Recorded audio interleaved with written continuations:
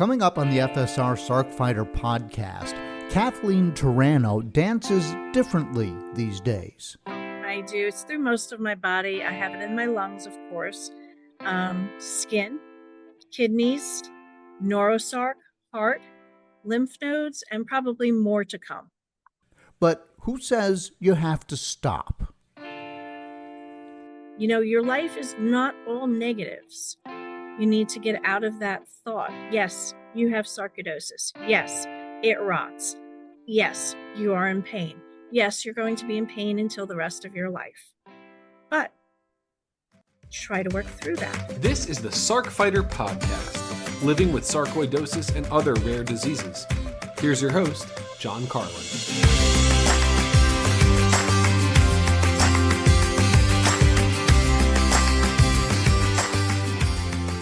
Hello, this is episode 144 of the FSR Sarc Fighter podcast. I'm your host, John Carlin. The date of this recording is August 6th, 2025. And I need to apologize because I am a couple of days late in uploading this podcast. Life conspired against me over the weekend, in a good way, I will say. But I did have to delay 2 interviews for various reasons. And I attended a board meeting for sarcoidosis on Monday when I might have been editing a podcast, but the bottom line is that it's all good, and I am here on a Wednesday instead of the normal Monday. And that said, I'm just glad to be here, and I think you're going to enjoy my talk with Cathleen, which is coming up in just a few minutes. In news related to sarcoidosis, however, FSR has announced 3 grants to young researchers as part of their early career fellowship programs, and I want to share some of that information with you so you can understand where FSR is spending its money and what might be coming forth in terms of our research. So the recipients include Dr. William Lippitt, an assistant professor in the Department of Biostatics and Informatics at the Center for Innovative Design and Analysis at the University of Colorado Anschutz Medical Campus, and I'll talk more about him in a moment. Also, Mr. Juan Carlos Quijano Campos, UK-based advanced clinical practitioner and doctoral candidate, and also Dr. Paul Attell, who's pursuing his PhD at Medical University of Vienna. And so the idea with FSR is they've always wanted to find people who are early in their career but doing sarcoidosis-related research and reward them with grants. And so FSR is giving each awardee $150,000 in funding. So when we talk about, we're raising money, and some of that goes to outreach, but a lot of the money from FSR goes to fund this kind of research. And the idea is when you have a young researcher, they hopefully will see sarcoidosis. They will be spending their career with a knowledge of sarcoidosis, and as that sort of information spreads over time, more and more clinicians will be thinking about sarcoidosis. And in a world of our rare diseases, you want a doctor to think about sarcoidosis sooner rather than later. And so you want these young clinicians, if you will, to obviously be aware of sarcoidosis and then share this as they go through their life, and it should spread. And in a perfect world, more and more people in the medical community will know about sarcoidosis. Maybe I've over-explained that, and I apologize. But let's go back to Dr. William Lippitt. His research focuses on improving the use of CT imaging in pulmonary sarc, and he wants to develop reliable analytic tools which are tailored for use across diverse populations and institutions. And there's a quote here from him. I'll read it to you. He says, "I want to create tools that can help address technical and practical obstacles to reliable and reproducible imaging-based research in pulmonary sarcoidosis." He says, and then the foundation for sarcoidosis research is empowering him to build them, and he is immensely grateful. So that's Dr. Lippitt. Let's go to Mr. Juan Carlos Quijano Campos, UK-based practitioner. He's a fellow focusing on improving health-related quality of life for people living with cardiac Sarc, and he is leading the development and the validation of Sarc, the first patient-reported outcome measure, which is, there's an acronym for that, and there's an acronym for everything, but this one's kind of memorable because it's PROM, like you go to your senior prom, so patient-reported outcome measure, PROM, designed specifically for cardiac sarcoidosis. And his quote is, "This award recognizes the collaboration between patients, clinicians, and researchers to improve sarcoidosis care. It's a meaningful step forward in highlighting quality of life and patient-centered tools as priorities in both clinical practice and research."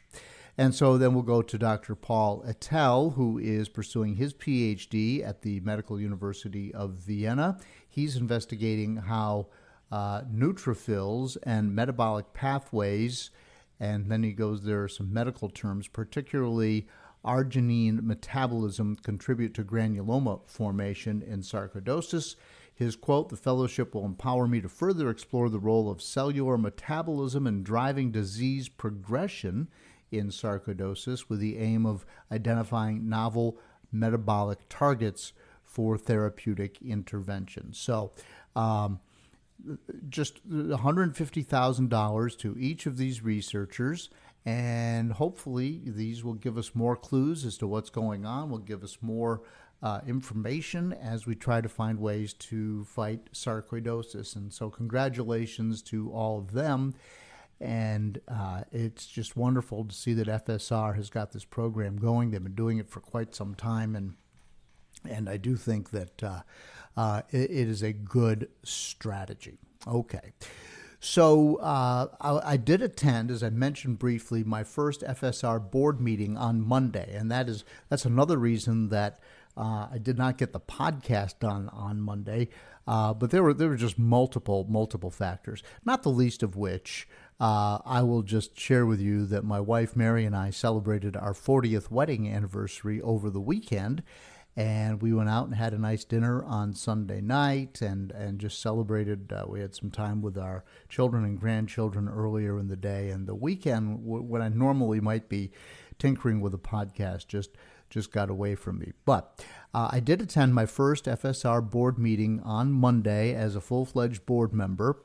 And I just got to tell you, I am impressed with this board. This is a strong group of people. And from every single aspect of life that you would need, there are people watching the finances and who are investment advisors, and there are researchers, and there's the board, the staff leadership with Tricia and Mary. So outstanding. I just really am more impressed than I've ever been with FSR. I can tell you, I'm not at liberty to share everything, but we have a very solid financial position as a foundation, better than it has ever been. And that I can just tell you that when it comes to foundations representing rare disease, I don't know anything about the others, but we are in good hands. Sarcoidosis is in good hands. And I just feel very confident and happy to share that with you. All right. As I lead up to today's guest, who suffers from sarcoidosis in just about every part of her body, still manages, however, to reach out to people and to be helpful, I'm reminded that it takes all of us doing our part to find a way forward. So a little bit of a big think for you, all right? I want you to consider a simple yellow pencil, just a regular old pencil, yellow paint, eraser on top, maybe it says number 2 lead on the side, about as basic as it gets, right? Everybody's had a pencil. And yet no single person, think about this, no single person could make a pencil from scratch, right? Think about that. I mean, you might be able to paint it, but if you're going to make it from scratch, you have to make the paint too, right? You might be able to find the lead, but who provides the lead in the form that you need to make it work to go inside the pencil? And oh, by the way, how do you get the lead in the pencil? And how do you mass produce that pencil? So this is not my original thought. It comes from an essay by Leonard Reed, and it was first published in 1958. It's an essay, and he exhaustively talks about something called the invisible hand, and that's mostly an economist term. But by extension, he is talking about the market forces that bring everything together, all the way down to the janitor who sweeps the floor in the factory where some part of the pencil was made, to the people who, as I said, make the graphite, to the people who mix and make the yellow paint and find the pigment and go and get the pigment and everything it takes just to get to yellow paint. All right? So no single person completes the entire process. And yet the process, what Reed calls the invisible hand, produces the pencil. Now, I'm sure that I'm oversimplifying this, but none of us alone can find a cure for sarcoidosis. None of us alone can create the outreach to help patients navigate a world where sarcoidosis has curtailed their dreams or even maybe their simple path through their daily life, right? And yet, some of us are out there, we're making the graphite. Some make the parts maybe that go into the eraser. Some clean up after those people. No one person can create the perfect pencil from scratch, and no one person can be the answer to all of the things related to sarcoidosis. And so if you're listening, or if you're helping in some way, or if you've been a guest on the podcast, or maybe you're at the point of the spear, or maybe in this case the pencil, right? As a researcher, everybody is playing a part, and it's all so important. And I just think that's really, it's important to keep all that in mind. And so our next guest, Cathleen Terrano, was doing her part in making the pencil, in fighting sarcoidosis. And she says that you can dance with sarcoidosis, and she can prove it. And that's up next on the FSR Sarc Fighter podcast. I feel like a zombie, just feeding and stumbling.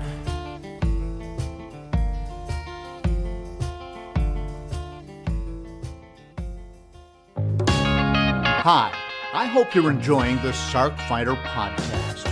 You may be wondering, what can I do to help? How can I be a part of the sarcoidosis solution? It's simple. Make a donation to KISS, Kick In to Stop Sarcoidosis. 100% of the money goes to the Foundation for Sarcoidosis Research. Look for a link in the show notes of the Sarc Fighter podcast.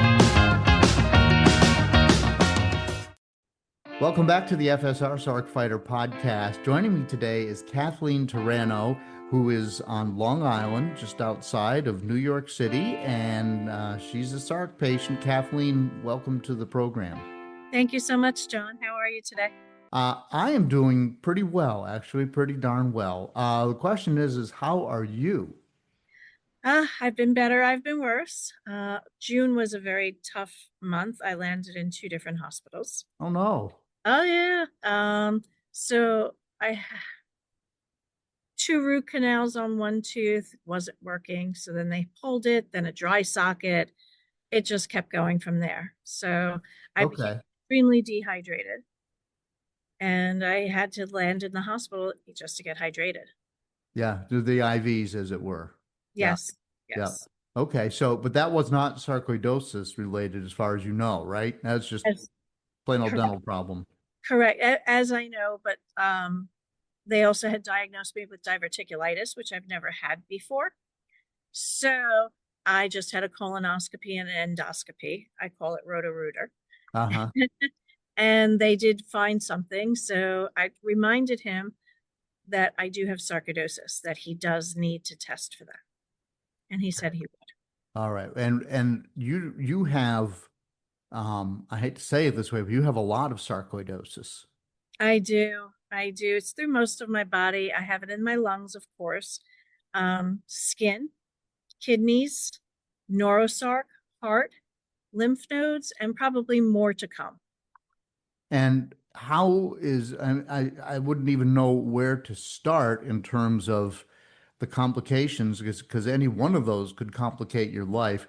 What do you think is the most severe and or life-changing? Would it be your lungs? No, I think it would actually be the neurosarc. Neuro, right? Yeah, because my Where is it body, on your spinal cord or in your brain? it's in my spinal cord at this time. Okay, and where on your spinal cord? Pretty much up and down the whole thing. Oh no. Yes. I also have oral sarcoidosis. I forgot to mention that. That's a new one. Wow. Wow. Yeah. And I should mention to people that are listening to this that you are rocking some purple hair today, and you always do, right? I do, John. The main reason is if I have sarcoidosis inside, and it is a disease that we know not much about, I will wear sarcoidosis on the outside.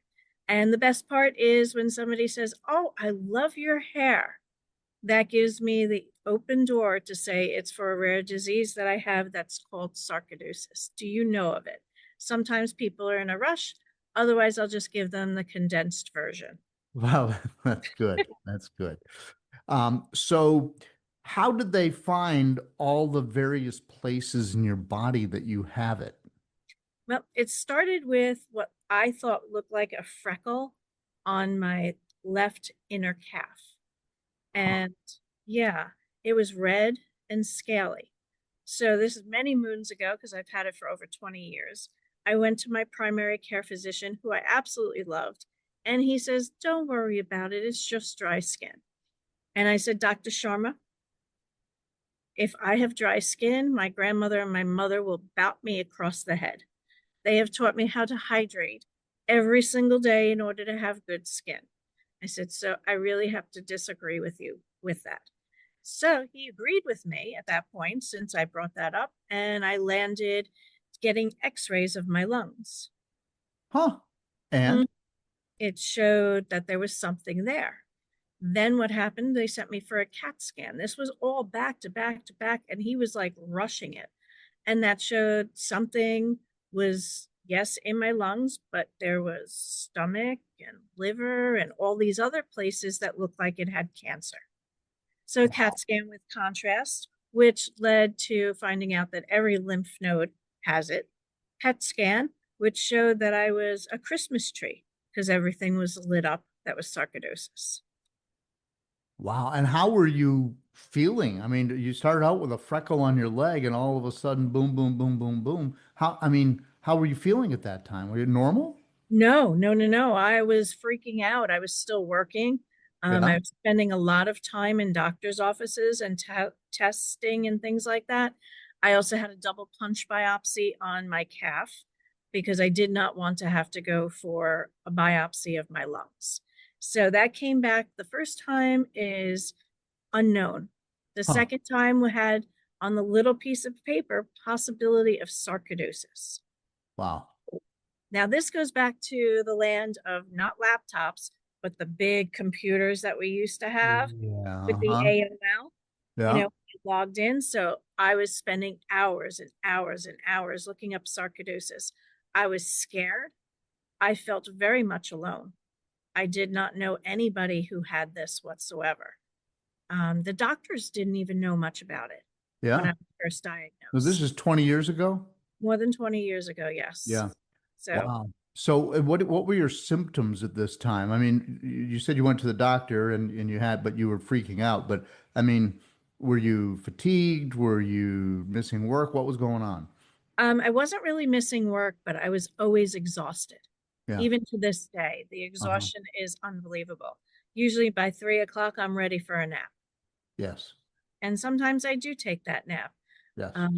But the leg evidently was not enough of a biopsy because it didn't come back as definitive. So Okay. after that, they decided to send me to a thoracic surgeon in Nassau County, who is head of the thoracic in the hospital. Yeah. He told me that, with my husband there, he will bet his reputation that I have cancer stage 1 because I smoked back in my teens. Okay. Right. And I looked at him, I go, "No way. I am just not feeling that it's cancer in any frame of." He says, "Well, the only way to do that is to open you and to get it." I'm not interested in that at this time. Yeah. We'll just keep an eye on it. And I left without making an appointment. Bad patient. Okay. You have to go by your gut sometimes, Right. not all the time, because sometimes the gut can be wrong. It's a give and take. What happened after that was my mom was very much into our church. I was very much a member of the Catholic Church, and she told everybody that I had cancer. Oh God. Oh, God is right. So Yeah. I would walk into church, and all of a sudden people are surrounding me, hugging me, tears in their eyes. I'm like, what are you guys doing? And she's like, well, your mom said you have stage 1 cancer in your lung. I don't believe that. So she can say whatever she wants. Again, for weeks, I did not make an appointment to get the Wow. biopsy. Then I got a call from my pastor. Well, you get a call from your pastor, you answer the phone. And he said, could you please just put all our minds at ease and just get the biopsy? I said, I'll think about it. Huh. My husband really wanted me to get it as well. So we Okay. went back to him and said, okay, we're going to do this. And it was set up for, I don't remember the year, but it was in August. The reason why I remember is my youngest graduated from Catholic school 8th grade, and my mom took him on a cruise. So she wasn't home for the biopsy. Of course. Of course. Why would Right. you think Right. that? Yeah. Okay. And back then a biopsy, like now they probably, I don't know a lot about it, but they would use a needle or something, but they were talking about opening you up. They did. They opened me up Oh, from under my arm all the way down my right breast, as well as my right rib cage. So that's where the port was to release things. Well, we went in. I did the surgery. I was in ICU because it is lungs. yeah. And what happened, glad and sad about, the doctor went out to speak to my mom and my husband. And you know how they usually crouch down and just do the talk? He Yeah. was, let's go into a private room. Whew. Uh-huh. And my husband said, they walked in, he walked in after them and closed the door on top of it. He walked around the desk and his first words out of his mouth was, I'm so sorry. So they're thinking I'm gone. They're Yeah. thinking I'm dead. And Yeah. he said, your daughter and your wife were correct. It's sarcoidosis. Wow. Yeah. And But he he's was like, but he thought that was deadly cancer. serious, obviously.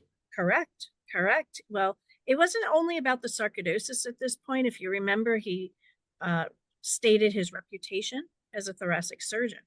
And at this point, I'm in Nassau County, which I was Yeah. about 40 minutes to an hour away from my home. So in order for my husband to visit, it was a very long drive. So usually I was in the hospital by myself. My cousins did come see me, which I love them. They're Yeah. they're Okay. fantastic. Yeah. So it was a long haul after that. It really was. And he apologized because the way he put it is once they open us up, it's almost like a fire of oxygen that just goes through your body. Really? So it Um, just so it's feeding the sarcoidosis? Is that his opinion? yes, that was his opinion. Never heard So of it. I didn't either. I've mentioned it to a few doctors. One in the city, I have Dr. Morgenthau, who I absolutely love. Okay. And I've mentioned it to him and Dr. Roberio Neto in the Cleveland Clinic. He's my doctor. Oh, there you go. Okay. So I do have Dr. Morgenthau here, but things were just going so wonky when I was with the Foundation for Sarcoidosis Research and we were in training for the Global Alliance. He was there, and Uh-huh. other doctors were there, and I'm like, well, this is before I went. I said, well, I'd be stupid not to stay a couple of days afterwards and see all these doctors. Yes. So I spoke to Absolutely. one nurse in the Cleveland Clinic, and she set up all the appointments Right? in 2 days. And then Right? the third day was testing, and the fourth day I could go home. Yep. It is truly amazing. I wish Mount Sinai could go that way, but they never will. I have another hospital here, Stony Brook University Hospital in Long Island, Yep. that I have been talking to, and I just found somebody who knows the vice president of the hospital. Okay. So guess who'll be knocking on the door again? Yeah, there you go. I Hand want a raised. Yeah, sarcoidosis clinic near us. right. I want them to mimic Cleveland Clinic because I just got to tell you that I've never seen anything. People have heard me rave about the Cleveland Clinic before because I drive 7 hours to go there. okay. And so it's usually I have to take time off work. So it's a day drive up and then a day of testing. And I see a neurologist and a pulmonologist and usually have an MRI or some other scan or something like that. And they're so friendly and it happens automatically. There was a mix up with an MRI once and I wasn't gonna be able to get it that day. They said, well, sit back down and within 20 minutes, like we found another place for you to get an MRI. It's just, it's like you I'm on the board of directors for a local hospital here. It's much smaller than the Cleveland Clinic. And, they bend over backwards, but even if you're a hospital that wants to accommodate at that level, it is so hard to have the mechanisms in place to do it. Your vice president might say, you know what, you're right. By golly, I'm going to do something about it. But there's still 6 layers of people he's got to talk to, Exactly. right? Exactly. But if Yeah. could make a good, strong impression on him, Yeah. and I may actually, I work with two other girls here on Long Island, Cheryl Bradford, who you know, I know Cheryl. Yeah. and gosh, I'm drawing a blank on the other lady, but it'll come to me. So I'm thinking maybe the three of us could go there and talk to them. Well, Because maybe. They wouldn't even let me have a table. Now, this is a teaching hospital. Right. I said, okay, I'll go into the student where they have lunch. Let me set up a table there if you don't want it in the hospital. No responses. Huh. So Because you want to do some outreach. I do. Yeah. I do. And Yeah. I want to teach. These are the doctors that are going to be taking care of us for the rest of our lives, the researchers and things like that. Mm-hmm. It's time to let them know more about sarcoidosis. What is it? One question about sarcoidosis on their whole tests. Yeah. Yeah. Unacceptable. Not got to have more. Exactly. Exactly. Well, let me get back to you a little bit here because you've got so much going on with your life and your diagnosis that's an amazing story and so they told your husband that and your mother that you had sarcoidosis and he was so sorry but since then you have found out that you've got sarcoidosis all over your body. So like let's say you have it in your kidneys. Does that affect you in any way? Is there something wrong, like your kidneys not function? Well, what is that like? It's a high calcium for us. So it creates stones on a continual Oh, basis. great. Yeah. So, but I used to work for urologists and I have a very good urologist as well, Dr. Lynn, and he knows when I call to get me in right away, and the staff does. Okay. So we've got a good rapport. He usually gives me some of the medication in case he's on vacation or whatnot. And we both know the protocols. So Yeah. that's a good thing. Golly. So now I want to get into this whole part about you being a dancer. Yes. Because you and I were together on a presentation for the recent FSR summit, and we talked mostly about your dancing history. Because it wasn't time to get into you personally like that because we were, there were several guests on this panel and we had to kind of spread it around. We only had 45 minutes. But so let's set the stage here. What is your history? When did you start out as a dancer and what level of dancer or instructor were you? All right. So I can go back to when I was a year and a half old. I was put into dancing because Okay. they said I was too fat. Oh, Even though I was adopted, I was too heavy. So you were that was, adopted. Okay, that's going to be yes, important later. Okay, let's go. Yeah. it will definitely be important. So I went into dance, ballet, tap, and jazz.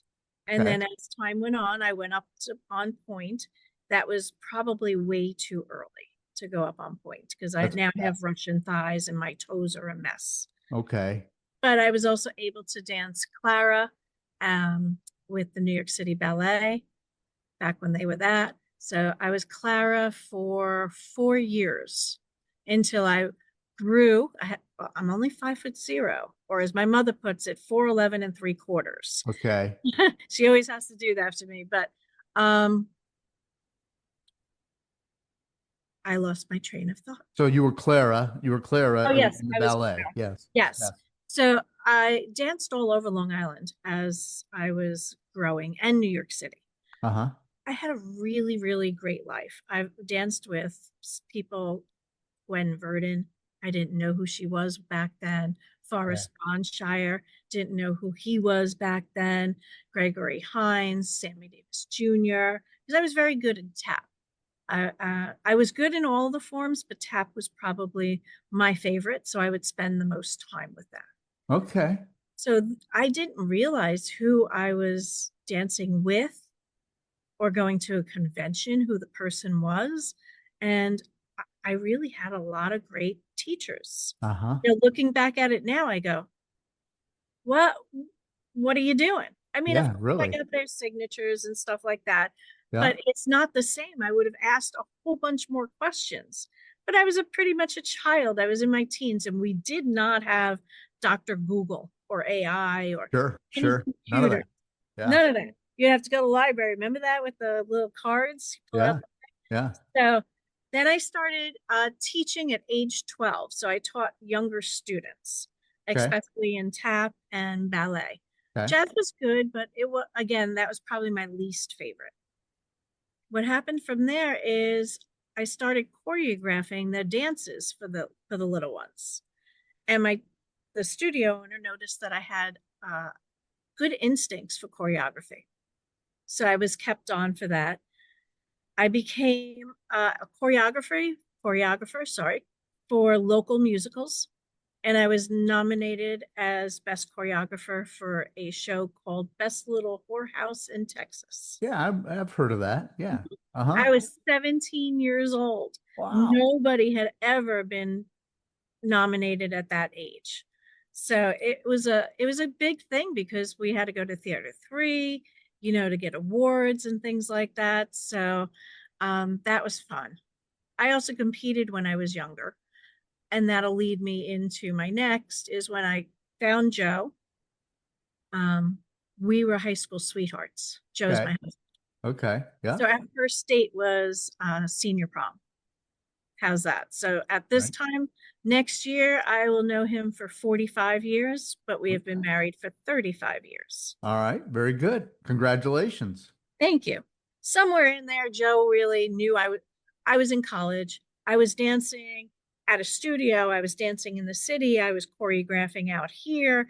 I was choreographing in Suffolk Community College, is the college that I went to, and I was dancing in shows there. So there really wasn't any time for a boyfriend. I And see. he was getting a little perturbed that I wasn't spending as much time with him. And I said, listen, I'm young. I'm in my prime for dancing. This is what's going to happen in my world. If you can't handle it, don't be part of my world. Oh, So we did. you're We tough. broke up for 5 years. Oh, man. Okay.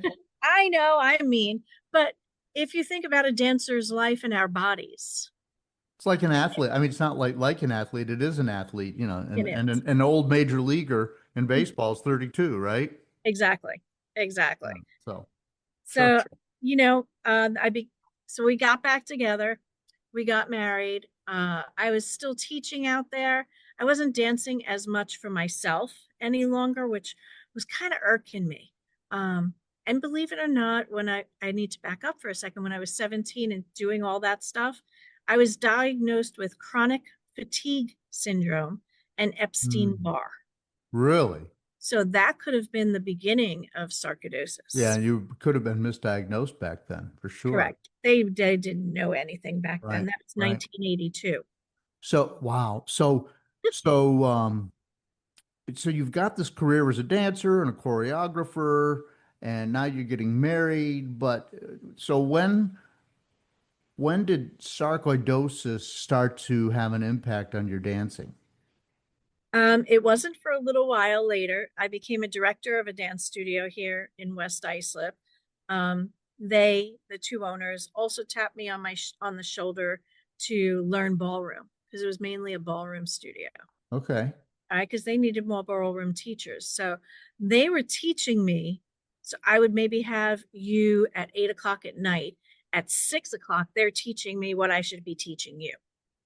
And 2 hours later, you're the teacher. It's like I was Oh, nail man. biting Yeah, because yeah. I'm a little bit of a perfectionist. I Okay. like to know what's going on.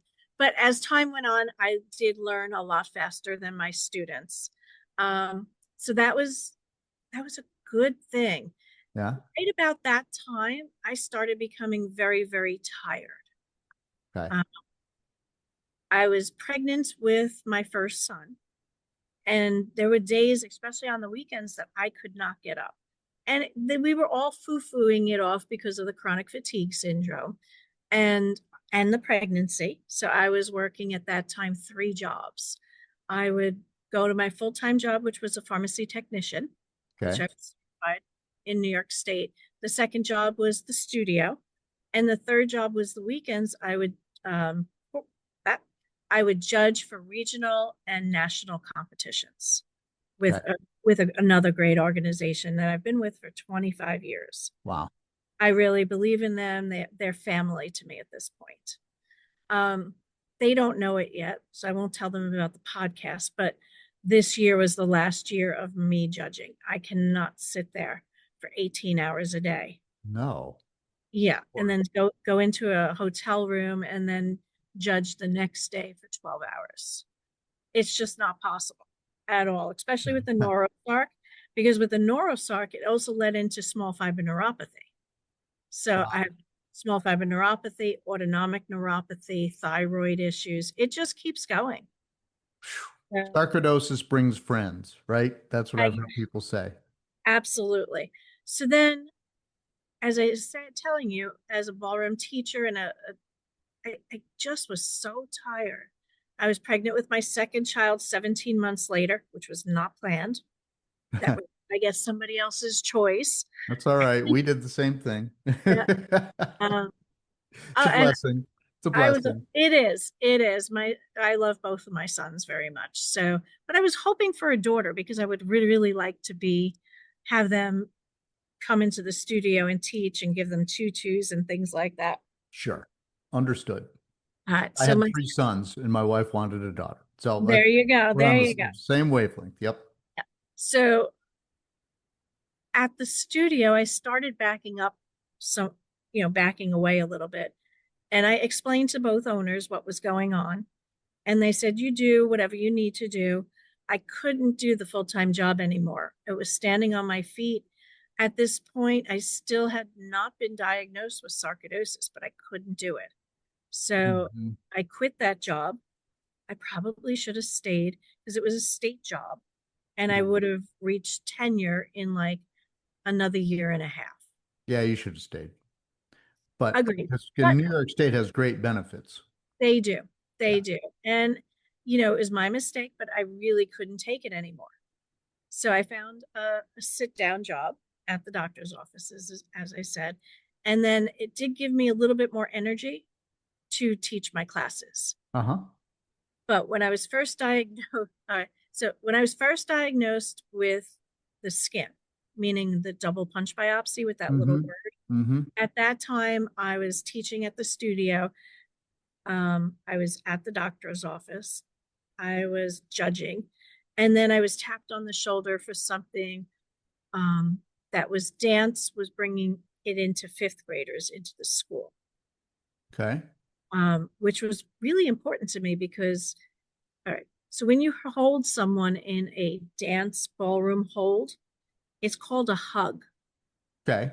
So when you hug someone, you have less possibilities of hurting them, Okay. even in the future. And it had been proven. So this was brought into 5th graders, and then it expanded to 4th and 5th graders during their gym period, Okay. which also led to 7th and 8th graders, which was really a challenge. But I was having a great time, if that makes any sense. Okay, double punch biopsy. I had to teach that day in one of the schools in Rockville Center. It was interesting because we had to wear we had a special, I always do it anyway. So I usually wear a skirt or a skirt. It's my choice.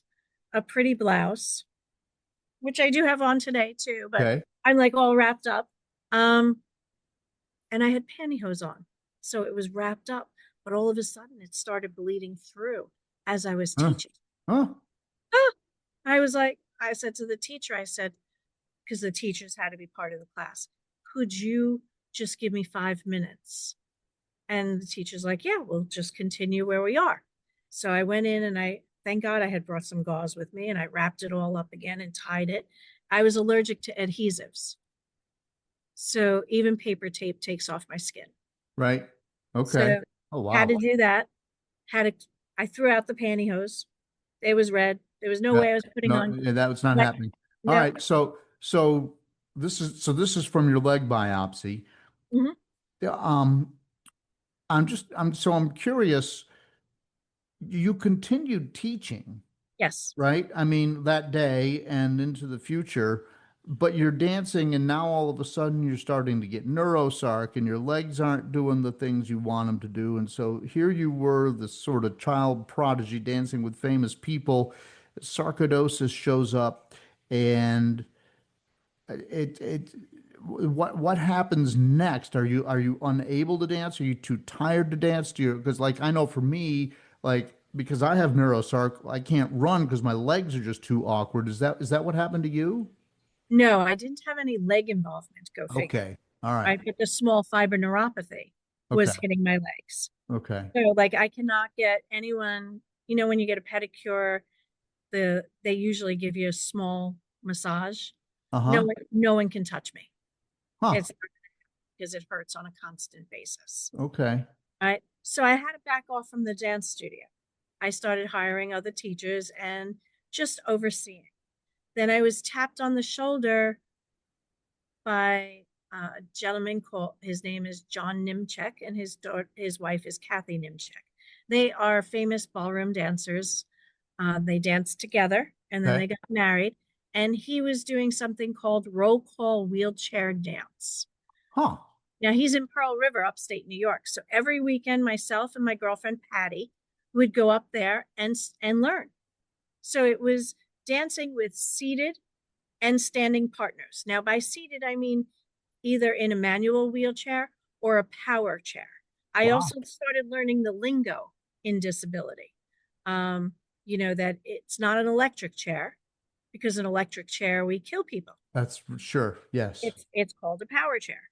So I learned all the years of my ballroom teaching was able to help me in this because it's mainly ballroom dancing, but I also do in here on Long Island. I do jazz, I do tap with them. We tap with our hands, with a Huh. board across our legs. Huh. It works. Okay. Does every step work? No, but we work it out when we do it. So we became a 501c3, Patty and myself, called Uh-huh. Roll Call Wheelchair Dance Long Island. Okay. We started looking around for places that would host us because we didn't have any money and we weren't going to charge any money.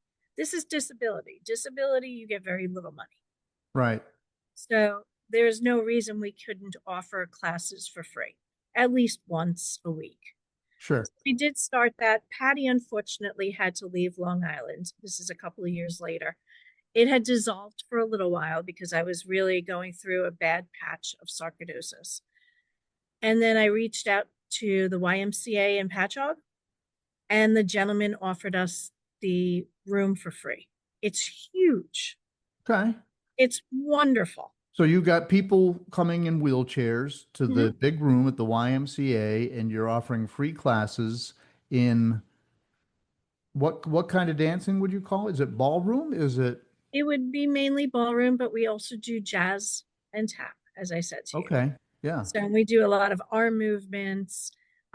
We also do exercises, so warm-up exercises in the chairs. So there's no reason you can't do against your own body.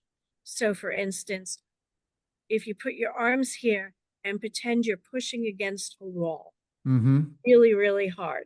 You're using a lot of muscles, and then on the way back, pull it. It's also Mm. different. We can Yeah. do rib cages. Anybody, those that are paralyzed from the waist down, they of course cannot do the leg movements. So I give them some arm movements as we're doing the legs. But that's how I'm able to keep up my strength as well as those in wheelchairs. Okay. And you are not in a wheelchair yourself. That has not happened. That is correct. But when I was tapped on the shoulder for this, I was really scared because I was going through some bad patches. Yeah.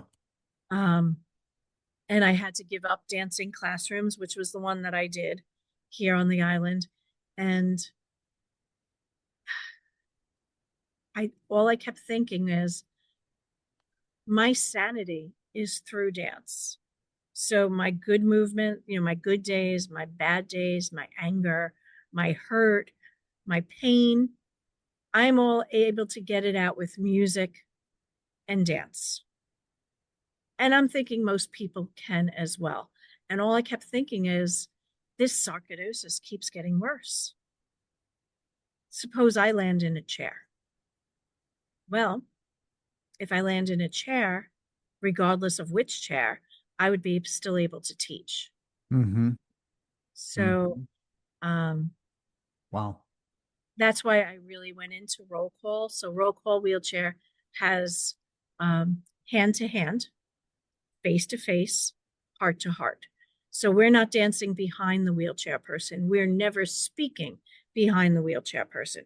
We turn around and we face that person, just like you and I are facing right now. And as long as they have some body strength, it's one hand into the other. So there you go, hand to hand. You're looking at the person in the eyes, face to face. Your hearts are matching up. So it's heart to heart. We That's leave great. all the negatives that we can outside the door. Whatever we can't, we dance in here. So I don't know how they found me, but we have a group called Newsday, Uh-huh. the local paper. So myself and Patty were in there in August of 2017. Let's try and get the tongue to move. Right. And then I was in it December of 23.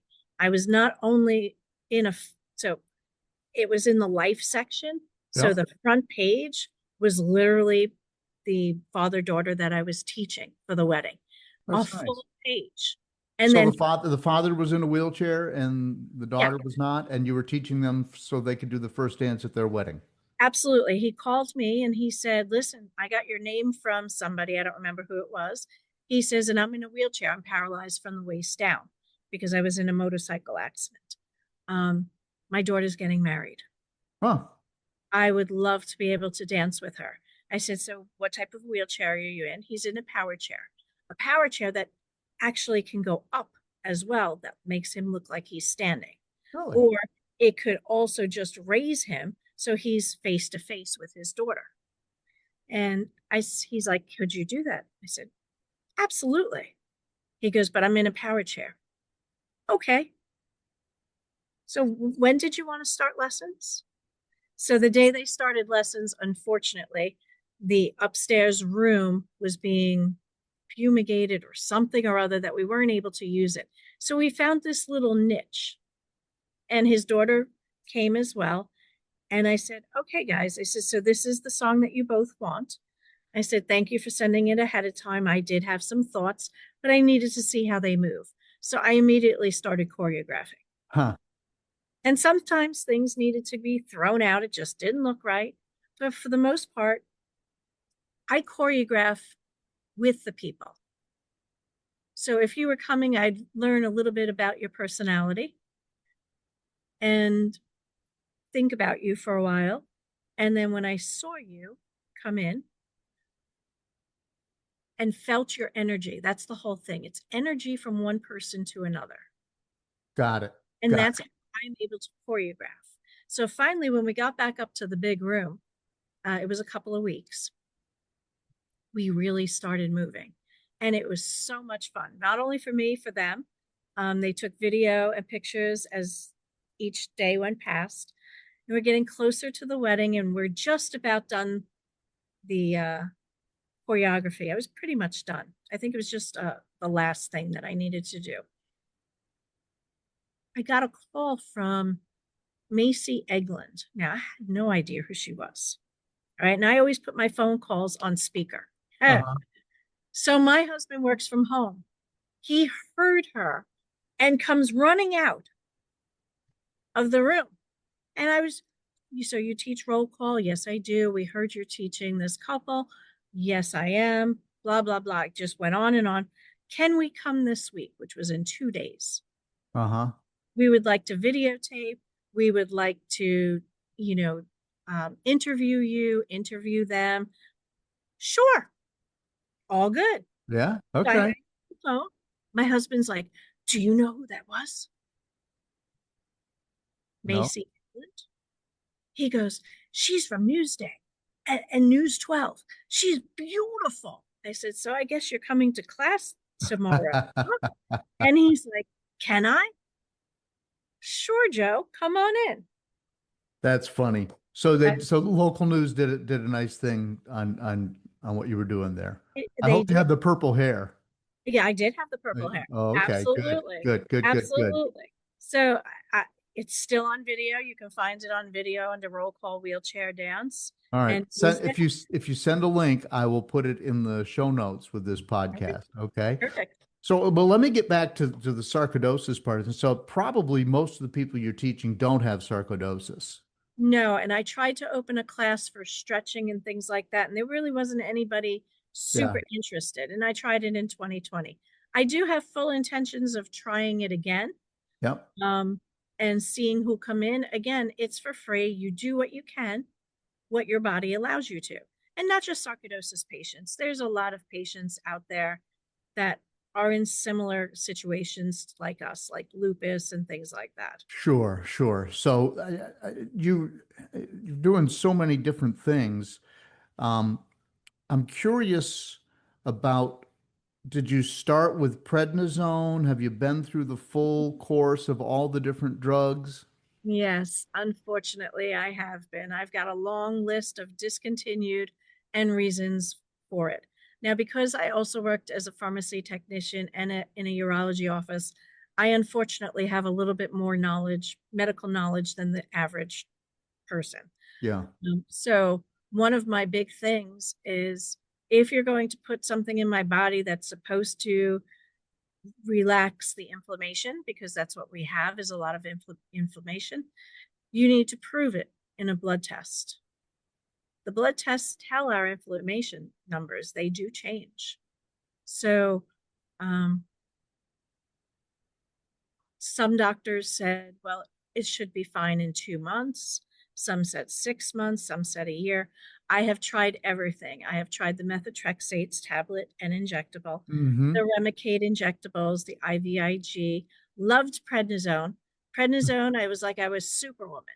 However, after 2 or 3 days, I was now Dr. Jekyll and Mrs. Hyde. Yes.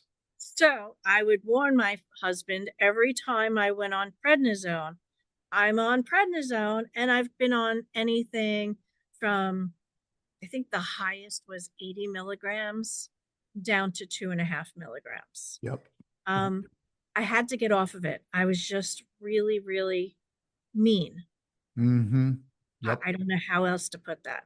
So for years, I was just taking the normal gabapentin.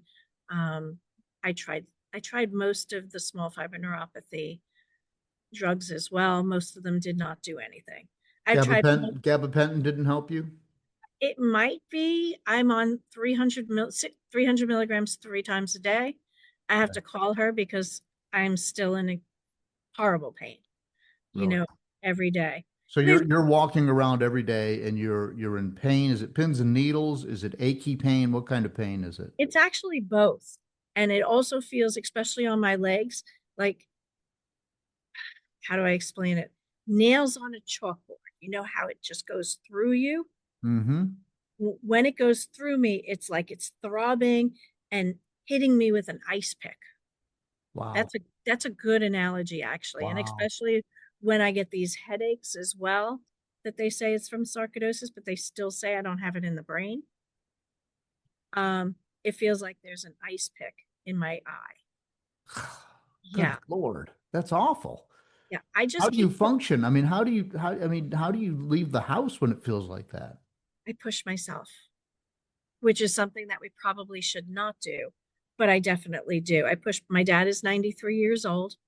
He's in a senior living home very close to me, so I still need to help him. I have been hiring people to be with him, not as nurses, but as friends, someone else to talk to besides myself. Yep. Um, I'm now on disability.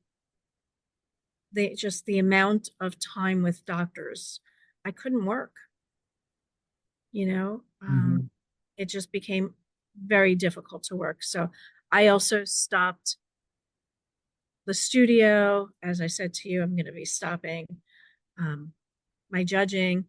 I have made a switch, though. Two. To me, it's all about reinventing ourselves. So, okay, I want to sit down on a normal job. Even that hurts after a while. I'm sure it hurts you as well. Uh-huh. So then you're standing. So now I've become, my son teaches at a gymnastics center. So I'm now choreographing their dance portion of their floor routines. But I don't really need to do the steps, if that makes sense. Mm-hmm. I do the stretching with them. Believe it or not, I can still do a split. Really? Really? At almost 61 years old, I can still do a full split because I told them, well, I did warm up a little bit for it, but not as much as I should have because I was sore afterwards. No But kidding. but a split and then stop and then go further and stop and go further and stop and then finally go to the ground. No hands. So the gymnasts were like, Wow. No so that kidding. was my way of telling them they need to come up to my level. So Uh-huh. at that point, I really don't need to do the dance portions. I could explain it and they get it. Well, that's awesome. So So mm, so you have a Facebook page dedicated to sarcoidosis. You have like what, did you tell me 2,000 people associated with that, followers or I do, users or but it's not just sarcoidosis, it's other people as well, because I feel that the general public needs to learn about us. So by me posting, like today, I posted on there that even though I'm tired, I'll be on a podcast with you. So it okay. was good news. They Okay. need to see the good and the bad. When I was in the hospital, not in the hospital, but when I came home, I explained what happened so that these people don't, they're not alone. I, that's my biggest, I guess my biggest point is not to leave anybody thinking that they're by themselves. I had a very close friend who I'm no longer friends with on Long Island that had taught me that. Mm-hmm. He was the first person that I met with sarcoidosis. I helped with the walks. I was very much involved, and our friendship unfortunately died. But he left such an impression on me that I still believe in paying it forward, if that That's makes sense. that's really awesome. So we're coming up here on an hour, and you've got so many great philosophical thoughts, and you've overcome so much. And here you are, you've got neurosarc, and it's in your lungs, it's in your kidneys, it's on your skin. You've got this vast history of teaching and dancing yourself. Um, what do you see as your outlook going forward, and what would you say to people who are listening, who are in the sarcoidosis space, who are feeling kind of bleak about their own outlook? I'd say come find me on Facebook. Let's start there. Okay. Um, I will talk to anyone. I'll send you my phone number, my email, whatever you need to get through it. The main part that I feel is you need to push yourself every once in a while. Okay. You really want to go to that graduation party, but you are not feeling well. You're going to feel worse if you're sitting there. If you have to sit there, absolutely. But try to reinvent yourself. I'm also started back with doing my crafts. So for a period of time, I'm able to sit down and Actually, we'll be selling them at the Williamsburg Fair in Christmas, my girlfriend Veronica and I. But it's all about really, you have to question your doctors. Unfortunately, get on the Cleveland Clinic or the Mayo Clinic or the National Institute of Health, find out more information, go to the FSR, sign up. It's about helping people. And you know what? You're still here for a specific reason. We don't know that reason, but we're still here for that reason. So you need to keep going one day at a time. And there's no such word as can't. You can't do it. You're not able to do it at this moment, but you will keep trying. That's for all my students, all my sarcoidosis patients. It's something that I live by. My children now understand how sick I am, so they're more helpful. I kept it from them. I didn't want them to grow up thinking mommy's so sick. I didn't want that. So when they became men, about probably 24, 25 years old, I sat them down and I explained everything to them. My husband didn't understand that much about it. You know, he's done his own research and he is also very helpful. So the days that I go down and I can't come downstairs to do laundry, he will start the laundry and he will finish the laundry. So it's okay to ask for help. It is. You need to ask for help, whether it be from another sarcoidosis patient, somebody on Facebook, whatever it is. You know, your life is not all negatives. You need to get out of that thought. Yes, you have sarcoidosis. Yes, it rots. Yes, you are in pain. Yes, you're going to be in pain until the rest of your life. But try to work through that. Find something that you love to do that makes you feel all warm and fuzzy. And then go ahead, try it. You have nothing to lose.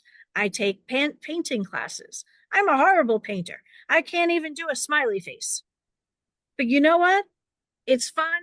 I'm with my daughter-in-law, my new daughter-in-law, and one of my close friends, Melissa. So we do painting every Monday. We are going to look into pottery. I want to use my hands. I know they hurt. So with the severe RA that also comes with this. But I really want to try putting my hand in clay. I want to do these things before I die. I want to, you know, we've talked about it, my husband and I. We're going on a cruise in January for 14 days. Wow. Am I scared? Absolutely. It's a petri dish. Yeah, all right. It is. On that boat. Yeah. It's a smaller boat. January 5th. So most of the children are all back in school. Okay.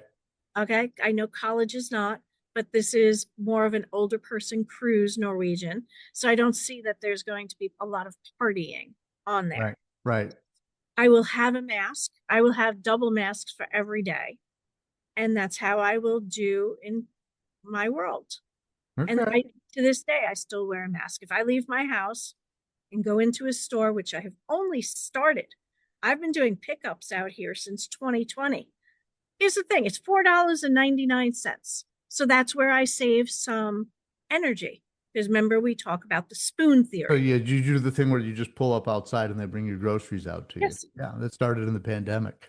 Well, so I mean, that is all great advice. So the point is that you're going on the cruise, you're going to wear the mask, you're making concessions to the disease, but you're not stopping because of the disease. And even though you hurt, and even though other people hurt, your recommendation is go forward, find a way to do what you can. Don't miss the big family events. Correct. Even if it hurts even if it's uncomfortable, go to the wedding reception, go to the graduation. Go to Disney. Mm-hmm. I had a great time in Disney. Guess why? Yeah. I rented a scooter, not from Disney, from outside. Uh-huh. So they bring it to you wherever you are, hotel, whatever. Yeah. And then we had switched, my husband and I, from Disney to Universal. Yep. So they came and picked up the chair. They already had dropped me a new chair. That's the perfect way of getting around and being able to do things. Yeah, it's not that bad on the rentals. Go for it. Yep. Live. Yep. Do it. Absolutely. Well, Kathleen, thank you so much for sharing your story today on the podcast. Thank you, John. I really enjoyed this. I feel like a zombie, just feeding and stumbling.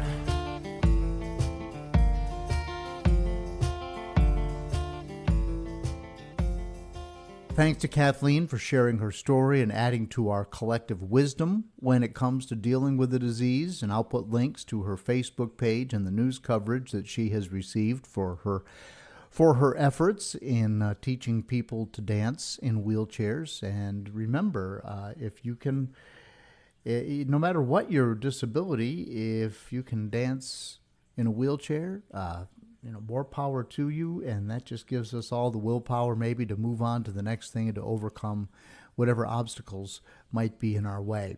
And what about that purple hair? How about that? And at 61, Kathleen can still do a split? Come on, that's amazing. So thank you, Kathleen. Thank you for all you do.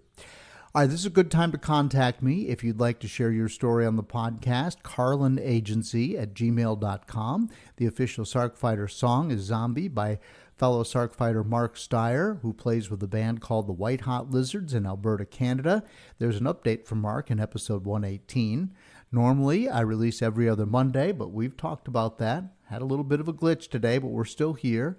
As I'm speaking today, my trusty dogs Dougal and Shandy are not in my studio, in my office, because my wife is working from home, and yes, they're cheating on me. They're on the couch in her office. I can't tell you how much that bothers me. The backstory to the founding for the Foundation for Sarcoidosis Research is episode 11 with Andrea and Redding Wilson. Follow the Sarc Fighter on Facebook, Instagram, Peloton as Sarc Fighter, and my cycling blog, Carlin the Cyclist, has a section called Cycling with Sarcoidosis. If you're new here, you're just trying to figure out what Sarc is, go to episode 2 with Dr. Simon Hart. My story is episode 1. Again, please contact me with an email. It's in the show notes, carlinagency@gmail.com. Until next time, keep fighting.